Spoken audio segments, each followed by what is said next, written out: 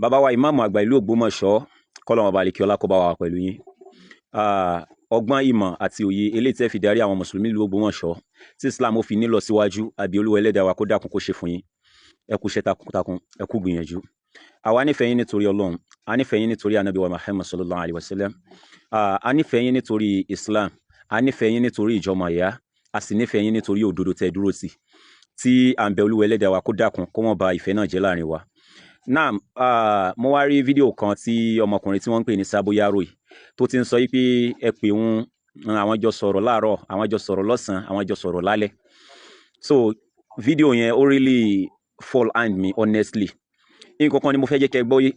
Ṣé rí àwọn èèyàn kan wà tó já sí pé ọ̀rẹ́ ni yín lónìí, ẹ lè padà dọ̀tá lọ́la.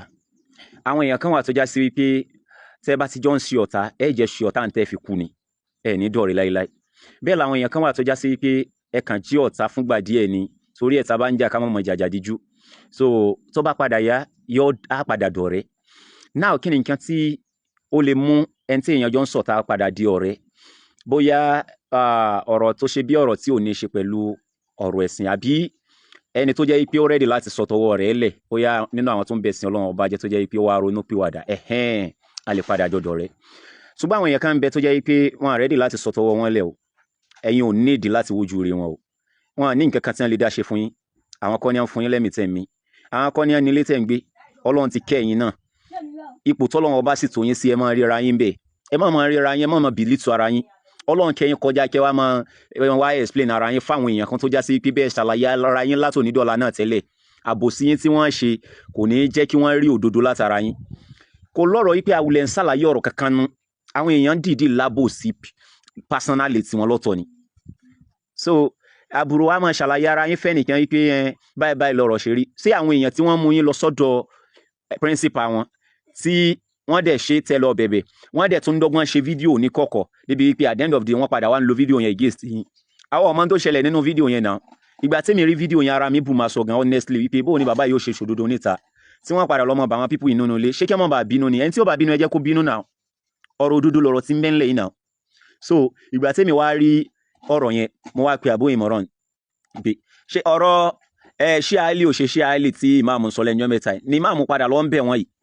Ṣé lè sí bojú mu báyìí? Èmi máa ṣe fídíò ni àbó ìmọ̀ràn wa ṣàlàyé fún mi wípé ìgbà bàbá ń ṣiṣẹ́ architect ńgbà yẹn tí ìjọba Nàìjíríà gbé ilẹ̀ Nàìjíríà fún wọn wípé kí wọ́n máa pín. Ìgbà yẹn ni wọ́n pín ilẹ̀ Ògbómọ̀ṣọ́ wípé kì í ṣe ilẹ̀ Yorùbá, wípé ilẹ̀ Haúsá ni. Àwọn ní wọ́n sọ ńgbà yẹn wípé ilẹ̀ Cameroon ni. Lẹ́yìn ìgbà tí ọ̀rọ̀ yẹn ṣẹlẹ̀ tó di wípé ó di gbámi sí omi òtó, tọ́lọ́ ní kí wọ́n padà pàdé lóòtẹ́ẹ̀lì ni ẹ̀bẹ̀ yẹn ló wáyé wípé kí wọ́n má bínú nígbà yẹn wípé kì í ṣe tó jọmọ́ ọ̀rọ̀ ẹ̀sìn mo ní àtọ̀ tí ì bá ti ṣe tó jọmọ́ a jẹ́ wípé ìyẹn ti sán náà nìyẹn. So in tó jẹ́ kí inú mi ó padà wá rọ̀ nìyẹn. Ẹ wá wọ̀nà tí wọ́n gbà rìkọ́ọ̀dù yín yẹn, ẹ wá àsìkò tí wọ́n wá ṣẹ̀ṣẹ̀ wá upload ẹ̀, ọmọkùnrin tẹ́ ẹ̀dẹ̀ ń pè náà ló upload ẹ̀. Kẹ́lì bá mọ̀ wípé àwọn eléyìí ò ní nǹkan kan tí wọ́n fẹ́ ọ̀fà yín kọjá wípé kí wọ́n máa jẹ yín lẹ́sẹ̀. Gbogbo ń tẹ́rí tẹ́jọ sọ ní kọ̀kọ̀ tó bá padà yá, wọ́n á padà twist ọ̀rọ̀ yín, wọ́n á manipulate ẹ̀, wọ́n á padà lù against yín. Ẹ má máa ra àwọn eléyìí lẹ́ni tẹ́lẹ̀ súnmọ́. Al-Qur'an ti wọ́ọ̀nù wa wípé taqullaha wa kunu ma'a sadiqin. Ẹ bẹ̀rù Ọlọ́run kẹ́ máa wà pẹ̀lú àwọn olódodo. Àwọn tí wọ́n ṣùgbà yín nínú àwọn tí wọ́n jẹ́ olùmẹ̀sìn, wọ́n pọ̀ gan nílẹ̀ Yorùbá yìí láwọn èèyàn jàǹkànjàǹkàn ńláńlá tí wọ́n pọn ilé tí wọ́n ń gbé yín gẹ́gẹ́. Wọ́n á tó rí ipò tẹ́ wà ṣe bẹ́ẹ̀ fún yín o. Bí kò ṣe wípé nítorí òdodo tí wọ́n rí tẹ́ dúró tì o. Ẹ wo irú àwọn Professor Aláró, ẹ wo irú àwọn bàbá wa Dr. Ashraf nílùú wo, ẹ wo irú àwọn àgbààgbà fáà bẹ́ẹ̀ tí wọ́n gbà fún yín, wọ́n gbà fún yín torí nǹkan mi, torí òdodo tí wọ́n rí látara yín ni o. So torí náà ẹ wà pẹ̀lú àwọn èèyàn tẹ́ rí pé wọ́n wà pẹ̀lú yín 100. Unlike àwọn èèyàn tó jẹ́ wípé òṣèkúṣẹyẹ ni wọ́n á wà pẹ̀lú yín lónìí, tó bá dọ̀la wọn ní padà wà pẹ̀lú yín mọ́ o, torí pé bàbá tí wọ́n yẹn ó jẹ wọ́n lógún ju ọ̀rọ̀ ẹ̀sìn lọ. Ọ̀rọ̀ bàbá wọn yẹn ẹlòmíín nu wọn ṣe tán láti tẹ̀lé bàbá wọn wọ anywhere. Kódà ó ń bẹnu wọn tí ń sọ wípé tí bàbá ọba wọ ná ó pé àwọn káwọn ọjọ́ wọ. Sáwọn èèyàn tí wọ́n lè máa sọ wípé ànábì ó ń bẹnu àwọn ànábì Ọlọ́run tó jẹ́ wípé iṣẹ́ tí Sheikh Adam ṣe ànábì Ọlọ́run yẹn mi ò ṣe. Ìgbà bàbá wa vacation jò ní Islam ilẹ̀ Yorùbá nísìnyí o, kò sí controversy o tí wọ́n fi ṣẹ̀ṣà lọ́ngbà yẹn, kò sí controversy o. So ìgbà tí bàbá dé táìdé padà, ẹ̀rí bí wọ́n tún ṣe dá another wàhálà alẹ́ ṣé Ali ni mí, ànábì Dawudu, gbogbo oríṣiríṣi àwọn nǹkan mi. Ó gba àwọn wórówóró tí wọ́n tún wí sẹ́yìn, wọ́n tún wá fẹsẹ̀ rinlẹ̀ dáadáa wípé aláwọn wà lórí ẹsẹ̀.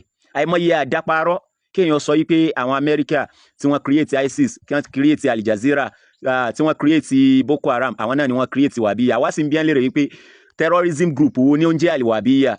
àwọn wo ni wọ́n ń pè bẹ́ẹ̀ tí ẹ bá fẹ́ gbódodo ẹ̀yin náà pẹ̀lú ara wọn wàhábíyà tí wọ́n ń sọ yẹn ẹ pẹ̀lú wọn torí wọ́n fi àfitì yín sọ́dọ̀ àwọn sálàfí ó dìde ń sọ ni torí ẹ̀yàn fi ń sọ̀rọ̀ rọ́bìtọ̀ yìí pé èèyàn mélòó lẹ́rí tó ní ọrùngbọ̀n ní rọ́bìtọ̀ àwọn ọ̀rẹ́dì láti kò sí ń tọ́kàn wọn pẹ̀lẹ́ sìn ọ̀rọ̀ àwọn bàbá wọn ló jẹ wọ́n lógún ẹ jẹ́ kí wọ́n máa rán àwọn bàbá wọn tí wọ́n wálé ayé wọn wá rán ìdí nìyẹn tó fi jẹ́ pé òdodo máa jáde lẹ́ẹ̀kọ̀kan inú wa dẹ̀ ń dùn ọlọ́run máa ń jẹ́ káwọn òdodo yẹn ó máa tẹnu tí wọ́n gan jáde lẹ́ẹ̀kọ̀kan ìdí nìyẹn tí wàá sí romaricas tí wọ́n fi ń sọ lẹ́nu mẹ́ta yìí pé actually bàbá ò lè ṣe kí wọ́n má sọ̀sọ́kùsọ o torí pé téèyàn bá wà rú ipò yẹn àwọn òkúkú máa rú ipò tí wọ́n ń sọ náà láì ṣe president Nàìjíríà láì ṣe governor Lagos State láì jẹ́ minister sì ní House of Representatives sí nǹkan ipò náà wà dáta ní wọ́n bá yín dùn pọ̀ wọn náà tó fẹ́ wá di wípé wọ́n ń sàṣì ìwíkúwìí wóróworó lókù tẹ́ wá ń wí tẹ́ wá ń dá controversy ilẹ̀ tó jẹ́ pé gbogbo àwọn time tó yẹ káwọn èèyàn ní láti fi máa rán nǹkan mí ń gbèsè ayé wọn èèyàn kan máa fi dá wàhálà lẹ́ǹtì yín ni.